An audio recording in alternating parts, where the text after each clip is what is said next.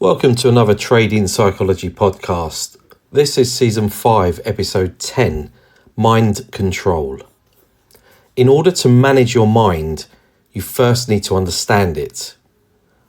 I've said this many times. A big part of why I trade is because it helps me understand myself better, my strengths and my weaknesses.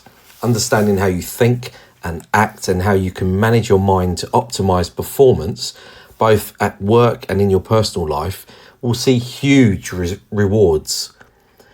Dealing with unresolved conflict. Never assume because you have told someone something, it has been heard and understood.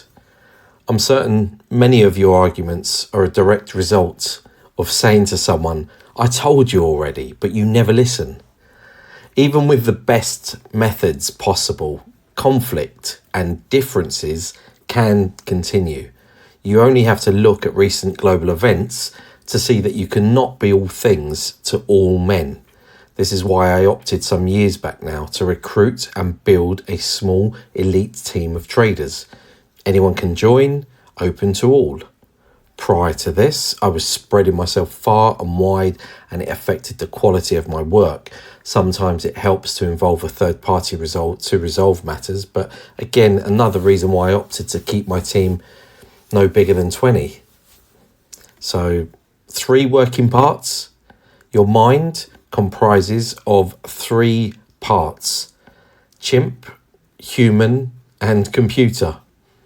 Each operates almost as a different brain where each one perceives the world differently. So it's important to understand your environment. Your chimp exists in a jungle where it sees constant danger. Your human coexists in a society with other humans abiding by laws. Your computer makes sense of both chimp and human perceptions and interprets them accordingly to create your real world.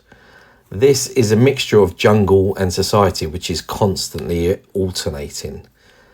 People often compare our so-called real world to the Matrix.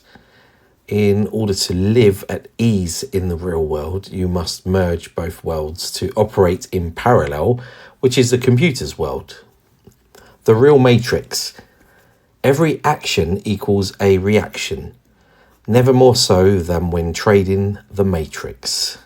It can become intense and stressful, during which the body releases adrenaline and cortisol to alert you.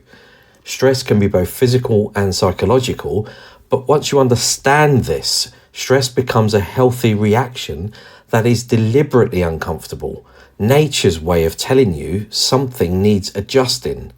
Don't just react to it then. Deal with stress constructively, and it will then serve you and become your ally, not your foe. This is what I mean when I say in order to manage your mind, you first need to understand it. Third aspect nobody talks about. There is no denying the correlation between trading and life. It's how this podcast came to be. Most online traders focus on technicals because, like most, they're not trained, not qualified, and are self-taught. And that's not a bad thing. Everyone has to start somewhere. In life, this principle is exactly the same. Some traders do take things to the next level by discussing fundamentals to provide a fuller picture, but these are few and far between because they haven't bothered to study and understand this. Same again in life. People are always looking for shortcuts and instant gratification. But it's not a 50-50 split. So if you think something is constantly lacking, that's the third aspect, psychology. Imagine then when there is zero work being done on your very own self-development, yet as in life, the game we play is almost all psychological. So you're always going to be at a major disadvantage. Huge hurdle, in fact, if ignored. Summary. How you do one thing is how you do every single bloody thing. Thorough is the word of the hour, day, week, month, year, century. I preach this to my son, who simply sighs because he's a teenager. You, however, are not.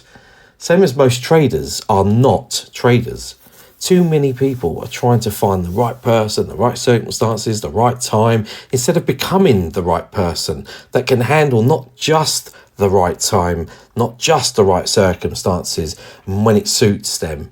And then when they struggle, they look to blame anything and anyone, except we all know where accountability rests: on our shoulders, and often not firmly. So this is where I take my team, and is where we position ourselves right front and centre, where it all happens in real time, up close and very, very personal. And so yes, of course, it's intense, because we do not shy away. We own it by understanding oneself fully, so that you suddenly stop caring about being noticed or understood or texted or spoken to, or even being included, invited, liked or disliked. This exposure makes you battle hardened and resilient to cope with anything. For the first time then, you understand. By doing so, it's no longer loneliness, sadness, depression or feeling anxious. It's peace.